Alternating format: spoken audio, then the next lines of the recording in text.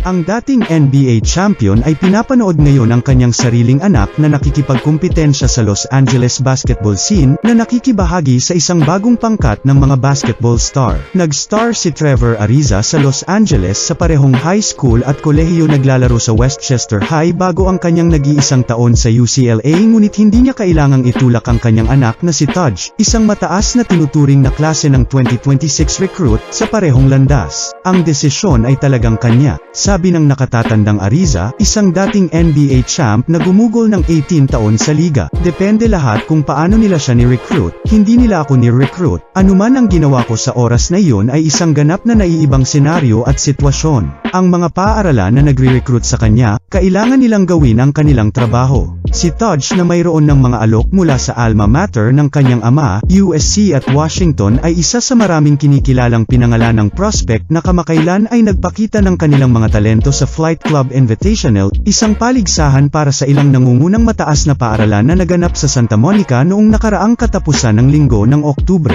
Karaniwan na para sa mga basketball star na magtipon-tipon sa Los Angeles. Ngunit habang ang Clippers at Lakers ay nagluluwading sa mga MVP, sa hinaharap na Hall of Famers at sa nangungunang 75 na talento, ang paparating na henerasyon ng mga bituin ay nagpakita ng kanilang sariling mga kasanayan laban sa isa't isa sa FCI. Ito ay talagang masaya. Ito ay nakakapagpatuloy sa lungsod. Ang buzz ay kamangha-manghang, sabi ni Ariza. Sinamahan si Taj ng ilang iba pang nangungunang prospect sa tournament kabilang sina Elisha Arenas Class of 2026, Bryce James Class of 2025 at Mercy Miller Class of 2024, ang mga anak nina Gilbert, LeBron at Master P, ayon sa pagkakabanggit. Ito ay talagang mabuti para sa mga bata, dahil nakikita nila ang uri ng kapaligiran na gusto nilang maglaro sa mas maliit na antas, sabi ni Ariza.